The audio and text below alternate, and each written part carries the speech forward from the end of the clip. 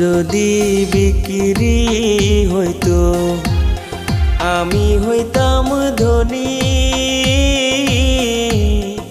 আমার কাছে আছে সই গো দুঃখ নামের খনি, সই গো দুঃখ নামের খনি।